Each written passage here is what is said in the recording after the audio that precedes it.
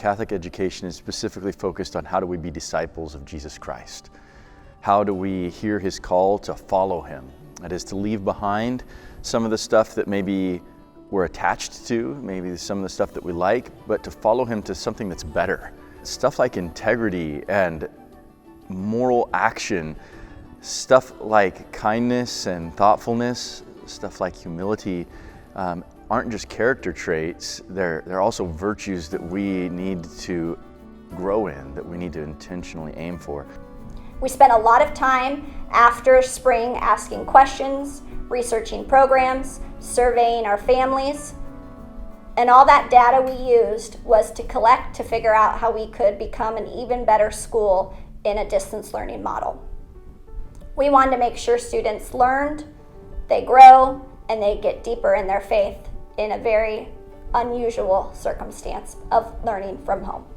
This fall has been a circus at my home. We have 8 people, ranging from 6 months to 2 full-time public school teachers and 5 kids navigating kindergarten through freshman year of high school. And the one thing that we knew we needed to do was have our children continue at St. Rose. The familiarity, the personalization, the being seen and understood and supported, and the flexibility with where our student may be emotionally or academically is just consistent.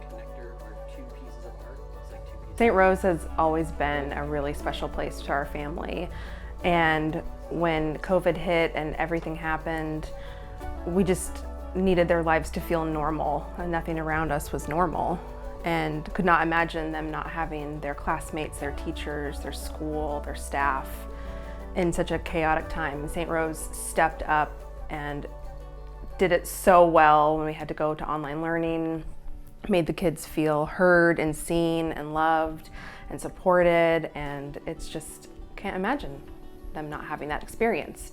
I got to see firsthand that we are truly in this together. I learned that our school is just a building and that the people in it is what makes it special. We are kind, we are strong, and we are lifelong learners. We appreciated right away that there was a lot of pastoral involvement in the school, and that the pastor and the principal had a great relationship, and they were determined to offer a genuine Catholic education. I think we gotta keep our mission first, which is to bring the gospel to all people, to make it accessible as possible to everyone. And I know that that means a huge commitment. You know, every dollar goes a little bit less far than it did 10, 20, 30, 40 years ago. But to make that investment in people has never changed. What I remember most is the dedication of the teachers.